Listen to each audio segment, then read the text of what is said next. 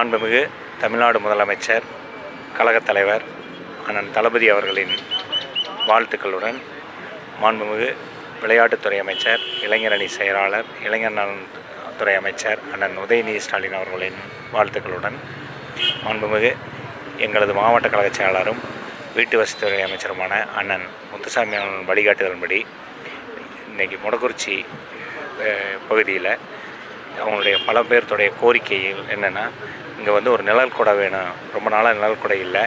ரெண்டாவது ரோடு வசதியெல்லாம் இன்னும் கொஞ்சம் பெருசு பண்ணணும். பஸ் ஸ்டாண்டு ஒன்று வேணும்னு கேட்டிருக்காங்க. அதுக்கு இன்றைக்கி நம்ம பேரூர் செயலாளர் அண்ணன் சரவணன் அவர்களுடனும் பேரூர் சேர்மேன் அக்கா அவங்க கவுன்சிலர்ஸ் எல்லாம் வந்திருந்தாங்க. அப்படியே ஒரு தடவை பார்வையிட்டுட்டு போகலான்னு தான் வந்திருக்கிறோம்.